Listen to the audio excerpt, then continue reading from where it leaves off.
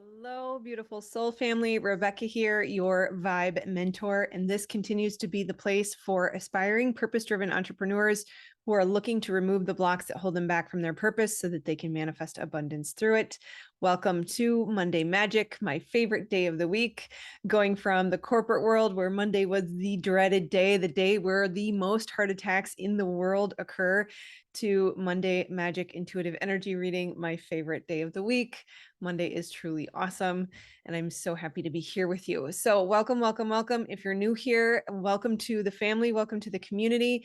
The Monday Magic Intuitive Energy Reading is just my take on how I am experiencing the energy. I don't claim to predict the future, and nor will you necessarily be experiencing this in this exact moment. What I have found with this community is typically people who are on their path, who are committed to following their guidance and stepping into their purpose. They typically do experience these energies within a couple of days of the delivery of this message. If you are not yet on your path, welcome. We would love to assist you if that is something you are committed to. That is what I'm here for. Your purpose is my purpose. So let's dive in. Sort of a recap of last week because it was amazing. It was awesome. It was a beautiful, beautiful week. We had very few astrological aspects. It was primarily a couple of good, yummy ones. And beyond that, we were free from too much clashing of the planets, if you will. Relatively low solar energy, but there was some last week. It is picking up now.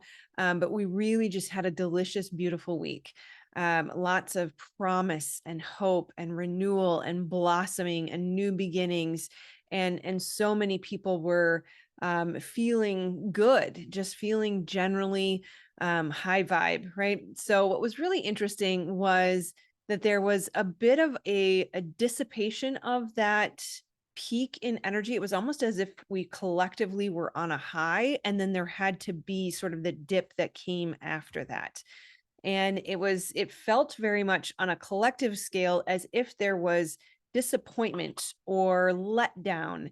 And that could have been partially driven by the high expectations that were put on Jupiter conjunct the sun. People were calling it the day of miracles. Now, it does depend on whether or not you were born during the day versus the night. So a day chart will experience more of a benefit from a Jupiter engagement or interaction, if you will, versus a night chart, which will experience more benefit from, say, a Venus aspect or engagement or interaction. Of course, it's always going to be specific to you and your chart and where the stars were when you were born.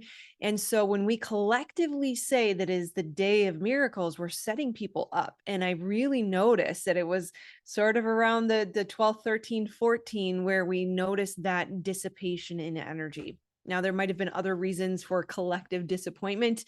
It depends on what you are experiencing in your community, in your country, locally and personally, and whether or not you experience something that lets you down specifically, or if we just feel the collective energy. This is what I'm noticing. This has been the most beautiful, one of the most beautiful things that has come out of my doing these weekly sort of energy takes, if you will, is really gaining evidence that we are all in similar energy, even though we blame it on our own personal unique environment or experiences.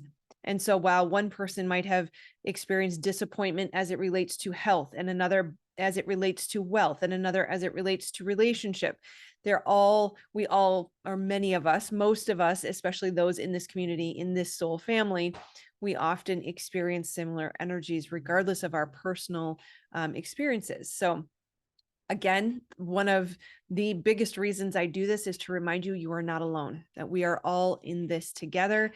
And you should remember that we are here for you. I have a community that we started. There's a community link below if you're really looking to connect with your family more intimately, more one-on-one. Otherwise, certainly commenting or just being here, showing up, giving us a like can help as well. And that actually reminds me, I've got a new exciting mastermind that we're putting together. It's starting in 6 to 8 weeks. We haven't quite picked a date, but anywhere between May 15th and June 1st, we'll be starting. And this would be another great place to come together and to get to know your fellow soul family who are aspiring purpose-driven entrepreneurs who are working on removing the blocks. We just did a masterclass. It's not too late to purchase access to that. But it was all about remembering your wholeness and feeling that feeling of unshakable confidence, knowing that you are more than enough. And what was very clear in that masterclass was that there is a need to dig deeper into the specific aspects of what causes us to not feel enough. And it's going to be so exciting because we're going to meet weekly. If you purchase the package, you'll get 2 free trauma spotting sessions one-on-one with me, as well as each time we meet, we will do one-on-one trauma spottings. And through that experience, you will learn how to do trauma spotting and assist your fellow aspiring purpose-driven entrepreneurs and being able to heal the wounds that hold them back. So I'm really, really excited. I'm still kind of working on the details on that. More details coming soon. There will be a link soon. Probably won't be on this video right away. As soon as I have it, I will share it with you, but I needed to get this out first. So going back to where we're at, energy reading, I'm just so excited about that because it's going to be amazing to be able to engage like that as a group. So yeah, let's kind of get back into, it felt like we went from this really high into sort of the dissipation or the lull that usually does follow a high. And it felt like today it was, sort of declining. And today it felt like we just like dove back into the underbelly of the beast is the phrase that came through. It's kind of back into that inner work, back into the subconscious. And there's feels to be a testing of faith and a testing of your commitment to the path. And what is called for in those moments is a relentless, persistent management of thought. Really getting clear on what are the beliefs, what are the thought patterns, what's running rampant in my subconscious, what continues to sneakily evade the trauma spotting sessions or the inner work that you do, however you do that, whether it's meditation, trauma spotting, or journaling. There's always going to be more, right? And so that we're back to the work, right? It feels as if we have these moments of bliss where we can tap into almost pure ecstasy as a reminder of why we are doing what we're doing. Those moments of bliss remind us what it feels like to be completely free and to live in wholeness. And then we go back in and we do some more work. And so we have this reminder of why we do this, and then we go do the work, and then we get the reminder of, oh yeah, it makes it all worth it, right? So just remember, it's always darkest before the dawn. So when you feel like you're in the underbelly of the beast and you feel like these thought habits, these thought patterns, they keep haunting you, you want to remember that those with the greatest mission tend to experience the greatest opposition. And that if you are not a threat, you will be left alone.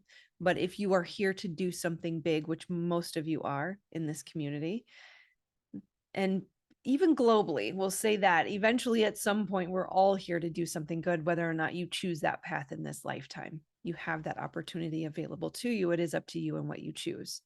So when it can seem difficult, it can feel like our patience is being tried, our trust is being tested, our faith and our commitment is being tested. Remember that it is always darkest before the dawn, and you are likely closer than you think. Many, many times, those moments where we feel like we just want to give up and we just want to quit, and I can't believe I'm back here again. Right around the corner is something awesome and amazing. So remember, you are likely closer than you think. And the best way to get through that, or I'll give you some tips. I won't say the best way. 2 or 3 of the most effective tips and tricks I have ever used. One, gratitude has usually always worked. And I'll admit this one is a little bit tough, right? Gratitude wasn't quite enough. And so sometimes when you can't go from the underbelly of the beast straight into gratitude, that means it's too far of a jump. That's why we want to baby step into the belief that there is hope. We want to find neutral again. And just reminding yourself The last time I felt this way, it turned out okay. Even though it seems I'm not supported, support has always shown up for me every single time. And the brain will often look to the past for the evidence of the future, but you want to make sure that the brain is looking for the evidence that's supporting you, not tearing you farther down. Right? So find neutral in that moment. Instead of being low, go to neutral. And then from neutral, then we can start to tap into the version of yourself that you are hoping for or wishing for. So oftentimes when we go back down into the depths of the hardship, it's because there's something we wanted that didn't turn out the way we wanted it to. There's something we've been hoping for that isn't here yet, and we're getting impatient. There's something that I thought was going to turn out better than it did. And so now I'm diving all the way back down. And this is especially common for people who have experienced complex trauma. It's kind of like climbing out of a well, out of a hole in the ground, and then something, right, you grab onto a ledge or a rock that isn't solid and you fall back down a little bit. And so it's very common to feel like there's that spiral back down into the old behaviors, the old thought patterns, the old trauma responses, the old coping mechanisms. And that's natural and normal, because every time you continue to climb back up, you're going to get farther and farther, and you're going to fall down less and less each time. And so you want to remember the good things, the way the support has showed up for you. Look at how far you have come. Look at where you were 6 months ago, a year ago, 5 years ago, and really take the time to honor how far you've come, the progress that you have made. Find a positive in anything you can. Right. And as we go from low back to neutral, then that allows us to tap into the version of us that has already accomplished the thing that causes us the disappointment. Right. Tap into the version of yourself that is in perfect health. Tap into the version of yourself that is in extreme wealth. Tap into the version of yourself that is in a blissful, loving relationship that nurtures and feeds you in every possible way that you can enjoy life with and explore life with. Feel that in your body. Feel what that version of you feels like, what it feels like to move through life easily and effortlessly, fully supported and sustaining more of that blissful state consistently, more and more and more. It is possible, and you can get there. And that version of you does exist now. Timelines are just stacked on top of each other. So it literally just means you're kind of going up and down. Right? Am I in this version of me, or am I in this version of me? And just baby step yourself up into that higher version, and you will notice your vibration increases with that. Just remember, sometimes you can't get here from there. Sometimes you can't get all the way up to the highest timeline, your highest potential, your fully self-actualized version, when you feel like you just fell down back into the hole. So baby step yourself up to the next level. And that's why sometimes gratitude doesn't work, is because it's just too far of a reach from where we are. Right. Also, remember, we have an eclipse in 3 days. And the in between, or the prior, they say up to 6 weeks before an eclipse, you can start to feel it. Certainly, I've seen the evidence of that in my life, where changes will show up as it relates to how it's contacting my personal chart, up to 6 weeks prior to the eclipse. But know that with any full moon or new moon, you feel the intensity of it building about 3 days before and dissipating 3 days after. So we've been sort of in the increase, but these next 3 days, you will feel the intensity likely increase until the 20th. And I sorry, I didn't grab that before I started, but I believe it's on the 20th or 21st, depending on where you're at in the world. So that tells me it's later in the day on the 20th for some of us. So if you want to know that, just a quick Google search will tell you when exactly that is. And then you can kind of expect the decrease. If we get some, we don't always get some in between eclipses. It'll depend on the person and the chart and how it's hitting you. For money, or let's see, for many or some, you will see a decline in the intensity about 3 to 4 days after, and then a pick back up again. For others of you who are heavily impacted, you may see the intensity sustained over the next 2 to 3 weeks. But just know that the point of eclipses, it's not anything to be scared of. Intensity just means shifts and changes. It's kind of like riding a roller coaster ride. If you choose the perspective of this is awesome and amazing, you're going to enjoy it. And you can lift your hands as you go up and scream as you go down. For some of us who don't necessarily love roller coaster rides, you could also choose a perspective that this sucks and I'm sick and right. But we do get to choose the perspective, and what we tell ourselves absolutely does impact how we feel and how we experience things. So again, it goes back to the persistent thought management and how important that is going to be in this moment today, but potentially over the next couple of weeks, depending on how you're experiencing things. The point of an eclipse is, I think I've attempted to say this 3 or 4 times. The point of an eclipse is to get you back on track. That we often can get sort of off track a little bit. Maybe we just sort of meander, we're walking a little bit sideways, and then life comes in and says, nope, you're supposed to be over here. That is the eclipse that sort of brings you back into alignment with where you're supposed to be. So this is a benefit. This is a positive. This is helping you reset. It's bringing you back in line ever so slightly. And if you're not listening, if you're sort of ignoring the signs, refusing to do what you're being asked to do, or what's clearly you're being called to do, then you're going to kind of get the smack on the forehead that says, knock it off, shape up or ship out, because, it smacks you back into place. So just know that this is a benefit and it won't last too long, and we'll be on the other side of it pretty soon. I do believe, I didn't look this up either before we started, but I do believe that Mercury is going retrograde at the same time as this eclipse. And so I'm feeling it today. My technology is not quite cooperating. Couple websites down, luckily not mine, but ones I use. So we're feeling the impacts of that as well. Yeah, so intensity will decrease. We have had a fair amount of solar energy the last 2-3 days. There certainly was, I would say Friday, Saturday, Sunday especially, where it felt that there was an intense energy, and it was not measuring on the Schumann resonance or the KP index. There was no solar flares, no abnormal solar flares. There certainly were some M and C class flares, but nothing unusual. And yet, collectively, people are feeling it. So just know that there's plenty to be integrated right now. And then just know that relief will come. If not in a couple days, definitely within 2 weeks. So the last tip was develop your high vibe toolkit. So what raises your vibration is specific to you. I really, really love putting my feet on the ground, really, really love cooking, really, really love good music, the right song, especially if I can find new music. It really lights me up, right? Dancing or moving to music, right? It can help to embody the new frequency and vibration. Going for a drive, especially in my new car. Know what is going to help you raise your vibration. Another thing that really helps me is motivational videos on YouTube, right?